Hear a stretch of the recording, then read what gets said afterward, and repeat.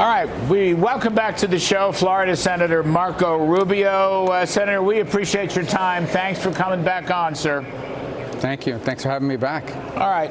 You have a piece up on Fox Digital a couple days ago. Biden's open border lets ISIS walk right into the U.S. And I agree with you. I think this is a pretty major problem.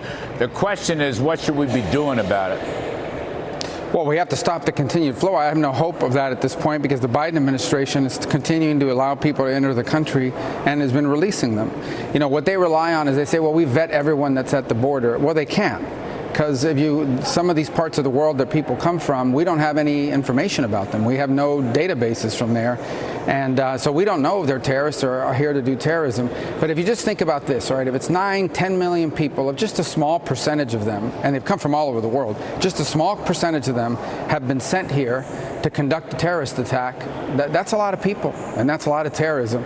So I take the warnings, if you read between the lines what the FBI director has been saying repeatedly now over the last couple months, this is perhaps, if not the most, one of the most dangerous moments domestically in over a decade or longer in the United States, because it's just the sheer number of people that have come in from all over the world that we have no idea who they are, and because we know that ISIS has been in the business of trafficking people to the U.S., meaning charging them to do it.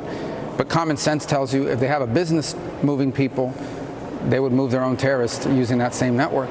Yeah, we were talking on last night's show, sir. We were talking about this very subject. There's a lot of people coming in from the Middle East. There's also a lot of people coming in from China. They seem to be able-bodied males. In fact, a whole bunch of Chinese coming in, actually clean-shaven, dressed up with suitcases, walking across the border, essentially unhindered. And nobody knows who they are or where they've gone. And that cannot be a good thing. Well, look, anytime, this is not immigration, this is mass migration. It's uncontrolled, it's chaotic, and that's not good under any circumstance. But much less when you know that there are groups all over the world, not just from the Middle East, from Central Asia, that have cells of ISIS terrorists and Al-Qaeda terrorists who seek to conduct operations in the United States. So you just put it together. They want to attack America in America. It's easier than ever to get into America and stay. They don't have to worry about being vetted at the border because there's no records of them to check on. Common sense tells you these things all come together and the threat is upon us. I truly believe, and I have reason to believe, and I think we all have reason to believe based on common sense, that in this country right now there are people that are here for the purposes of conducting a terrorist attack. How many? Who knows, but too many. So, Senator Rubio, there's, continued reports that Joe Biden, after saying he had no executive authority, is now going to come up with some executive order. 4,000 people coming in is okay, but the 4,001st person is not okay, or something like that. Nobody really much believes in it. What's happening with that? Do you know anything else? Only in the media reports. But what he has to really do in order to fix this problem, he's in a vice. He has to reinstitute the Trump program, which is what he got rid of with his executive orders. He had over 90 executive orders on immigration, basically executive orders telling Border Patrol and DHS not to enforce the law or creating all kinds of exceptions in the law, whether it's parole, whether it's releasing people pending an asylum hearing, allowing people to come in, turn themselves in and go. If you come to this country illegally, cross the border, turn yourselves in, you have an 88% chance of being released into the country. All of that is because of the executive orders that he put in place to repeal the Trump policies. And you think it's time to now, under a new administration, presumably, it's time to look to deportation. We're going to have to deport, at least we're going to have to deport the criminals. The numbers are so big here. You've changed your view from several years ago. I've changed my view, Senator. I think a lot of people have changed their view about that because the numbers have gotten to be so huge. Well, I've changed because the issue has changed. The problem has changed. There's a big difference between saying there's 10 or 11 million people that have been here longer than a decade. Some were brought in as kids. They've been here a long time. There's a difference between that and there's those 11 million plus another 15 to 20 more on top of them that have come in since, including 10 million in the last year by the time Joe Biden is done. Okay, in the last 3 years by the time Joe Biden is done. That's a big difference. And so what is it that drives illegal migration? It is perception. If you believe that getting here is easy, easier than it used to be, and staying is easier than it used to be, that you have a good chance to get here and a good chance to stay, you're going to come. And that's what's driving people. When Trump was in office, they didn't think it would be easy to get here, and they didn't think it would be easy to stay. The numbers went down. No, got it. Roger that. One last one, Senator. We can have some fun on this. Your op-ed in the Washington Post, Why I Believe in Industrial Policy Done Right. I'm probably one of the free market guys that you were criticizing in this speech. So I love the column. Let me ask you something. Suppose I said to you, I agree that our defense industrial base has faltered. I agree with you. And suppose I said to you, I agree that our manufacturing base has faltered and weakened. I mean, my great friend Bob Lighthizer agrees with that. I mean, I think you're absolutely right about that. Then the question is, though, how much government intervention do you really want, Senator Rubio? Well, I don't know if it's government intervention as much as it is government incentive. We want to incentivize the behavior of bringing things here. And you do that in two ways. One is you put tariffs on foreign imports in these key sectors.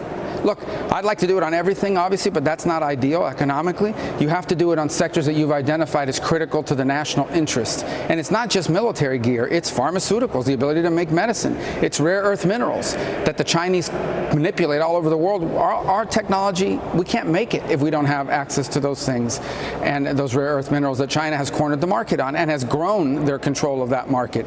So these are critical to our national interest. And those are the industries we need to identify and then incentivize. Now, you think in the case of rare earth minerals, the Chinese are subsidizing it. So basically, it is being sold on the global market below the cost of mining it.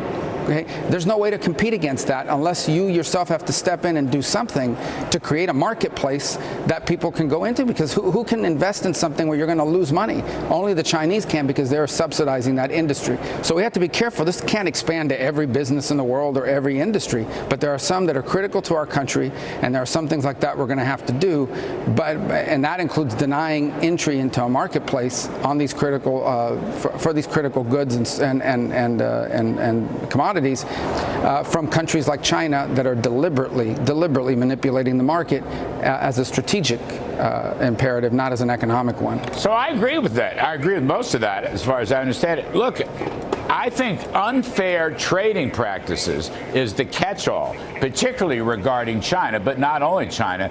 The European Union has unfair trading practices also, as I'm sure you know, and we worry about China sneaking through Mexico to dodge the USMCA. But my thought here, Senator, is we don't I mean, the Biden spent a fortune, over $1 trillion, on the misnamed Inflation Reduction Act and all this crazy climate change that the public, by the way, completely rejects. You see it in poll after poll.